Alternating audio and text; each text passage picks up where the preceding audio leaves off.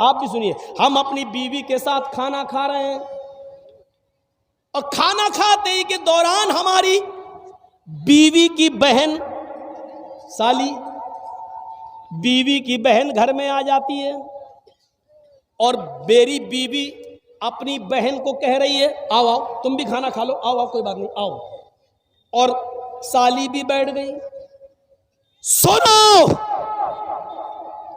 कलेजा है तो सुनो, दिल और गुर्दे हैं तो सुनो। इस्लाम पानी और रंग की तरह, अगर हम इस्लाम को अपने अंदर बसाना चाहते हैं तो सुनो, बीवी की मौजूदगी में भी, बीवी की मौजूदगी में भी, बीवी के सामने भी हम अपनी साली के साथ बैठकर खाना नहीं खा सकते हैं। मेरी साली भी मेरे साथ बैठकर, मेरी बीवी की मौजूदगी में भी मेरे साथ खाना नहीं खा सकती है। इस्लाम हमारी बीवी की बहन को, हमारी साली को भी बीवी की मौजूदगी में भी बहनोई के साथ खाना खाने की इजाजत नहीं देता है। अपनी सालियों को स्कूल पहुंचाने वालों, अपने गांव से किशनगंज और सिलीगुड़ी तक ले जाने वालों, अपनी बाइक पर बिठा के घुमाने वालों, कान के पर्दे खोलकर सुन लो, तुम्हारी साली का बाप यानी तुम्हारा ससुर भी अगर तुम्हें इजाजत दे रहा हो और बीवी भी कह रही हो जाओ मेरी बहन को स्कूल छोड़ाओ, जाओ मेरी बहन को हॉस्पिटल लेकर उसको डॉक्टर के पास उसका इलाज कराओ, सिलीगुड़ी ले जाओ, बीवी की परमिशन के बावजूद, बाप की ससुर की इजाजत के बावजूद बहनोई के लिए जायज नहीं है कि वो अपनी साली को अकेले तन्हे तना अपनी बाइक या 4 व्हीलर पर सिलीगुड़ी ले जाए, किशनगंज ले जाए। ये हराम है उसके लिए। कलेजा थाम के बैठो और देखो हमारे मुआशरे के अंदर ये बुराई पाई जा रही है कि नहीं पाई जा रही है, पाई जा रही कि नहीं पाई जा रही है। जब बीवी की इजाजत और ससुर की इजाजत के बाद भी जायज नहीं है तो बिना इजाजत घुमाना ये कैसे जायज हो जाएगा? बहुत आसान है कह लेना कि साली आदि घर वाली है, तेरे बाप का फतवा होगा, ये तेरे बाप का सिस्टम होगा, ये तेरी बहन भी किसी की साली होगी, वो भी उसकी आदि घर वाली होगी।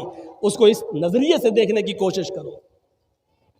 इस्लाम के अंदर साली को भी बहनोई से पर्दा करना पड़ेगा, इसलिए कि बीवी के इंतकाल के बाद या बीवी की तलाक के बाद साली के साथ निकाह जायज हो जाता है और जिसके साथ निकाह जायज हो उससे पर्दा जरूरी है। जहां यह मसला साली के साथ है वहीं यह मसला भाभी के ऊपर भी लागू होता है। सुन लो, हमारी भाभी अपने शौहर के साथ खाना खा रही है या जर्जीज साहब खाना खा रहे हैं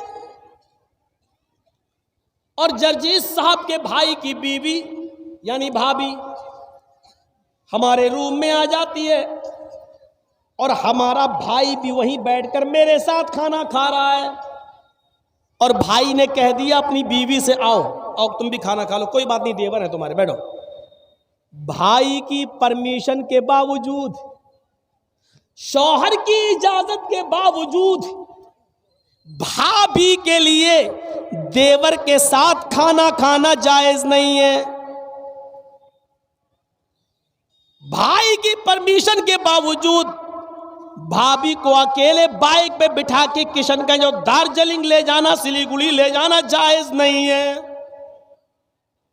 दलील ये अराइतल हमवा या रसूल अल्लाह, एक औरत ने सवाल किया अरे अल्लाह के नबी क्या मैं देवर से भी पर्दा करूं? देवर हमारे घर में रहता है, जॉइंट फैमिली है, आना जाना लगा रहता है, क्या मैं देवर से भी पर्दा करूं? तो अल्लाह के नबी ने फरमाया हाँ मोहल्ले के दूसरे लोगों से कभी कभी बेपर्दगी हो जाए चलेगा, मोहल्ले के दूसरे लोगों के सामने कभी चेहरा खुल जाए चलेगा, अलहमुल मौत, लेकिन देवर से हर हाल में पर्दा करना है, क्योंकि देवर तो मौत है भाभी के लिए। ये जबान हमारी नहीं है, हमारी जबान जरूर है, लेकिन अल्फाज मोहम्मदुर रसूलुल्लाह के हैं, हदीस जनाब मोहम्मदुर रसूलुल्लाह सल्लल्लाहु अलैहि वसल्लम की है, अलहमुल मौत, देवर भाभी के लिए मौत है। अब अंदाजा लगाओ, जो मौत हो वो मौत कैसे भाभी को लेके जा सकता है अपने घर से बाहर। साहब मेरे भाई ने इजाजत दे दी, यहां भाई की इजाजत नहीं चलेगी, यहां शरीयत का हुक्म चलेगा, शरीयत का हुक्म। हम इन चीजों पर गौर करें, सोचें, क्या इस्लाम के साथ हमारा ताल्लुक ये है? या अय्युहल्लज़ीना आमनु दुखुलू फिस्सिल्मि काफ़ा, ईमानो वालो तुम इस्लाम के अंदर पूरे के पूरे दाखिल हो जाओ। बच्चों के साथ हमारा ताल्लुक क्या है? फरमाया जब तुम्हारे घर में बच्चा पैदा हो, जब तुम्हारे घर में बच्चा पैदा हो तो 7वें दिन उसका अकीका करो, उसके सर के बाल काटो, पूरा टकला, 7वें दिन उसके सर के सारे बाल छिलो और बालों के वजन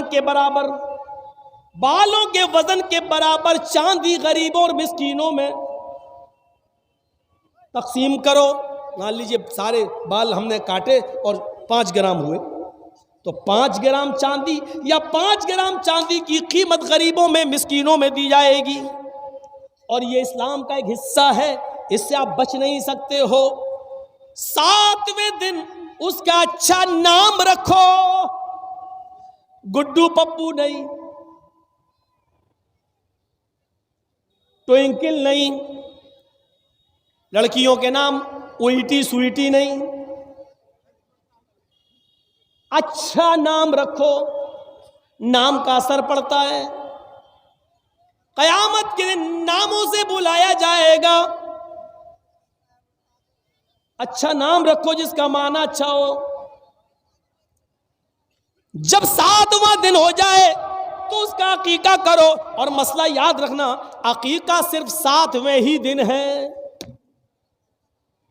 14वें दिन की दलील नहीं है, 21वें दिन की दलील सही नहीं है कि 7वें दिन ताकत ना हो तो 14वें दिन कर लो, 14वें दिन ना हो तो 21वें दिन कर लो। नहीं, अकीका सिर्फ 7वें दिन है। और 7वें दिन किसी मजबूरी की वजह से अगर आप नहीं कर सके तो जब तुम्हें मौका मिले, जब तुम्हारे पास मजबूरी खत्म हो जाए उस वक्त कर लो। 7वें दिन नहीं किया और 8वें दिन मजबूरी खत्म हो गई तो 8वें दिन कर लो, 9वें दिन मजबूरी खत्म हो गई तो 9वें दिन कर लो। अब ये नहीं कि 7वें दिन नहीं किया तो अब 14वें दिन कर लेंगे, नहीं, 14वें दिन का इंतजार नहीं किया जाएगा। 14वें दिन भी मजबूरी रही, 21वें दिन भी रही, तो जब तुम्हारी मजबूरी खत्म हो जाए तब कर लो। और जब तक उस बच्चे का अकीका कर नहीं लिया जाएगा उस बच्चे की दुआ बाप के हक में कबूल नहीं होगी। समझ रहे हैं ना? रहन है, रहन, बच्चा गिरवी है,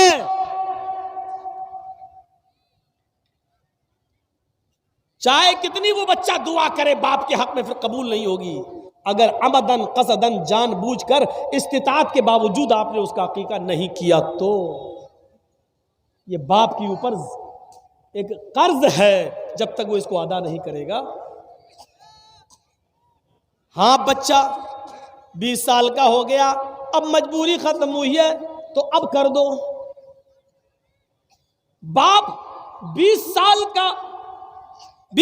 तक अपने बच्चे का अकीका नहीं कर सका मजबूरी की वजह से और इंतकाल हो गया, तो बच्चा खुद कमाने लगे तो वो अपना अकीका खुद भी कर सकता है।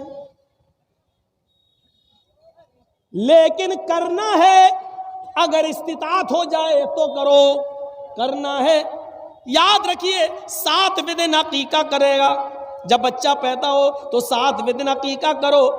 7वें दिन उसका अच्छा नाम रखो, उसके सर के सारे बाल छील कर बालों के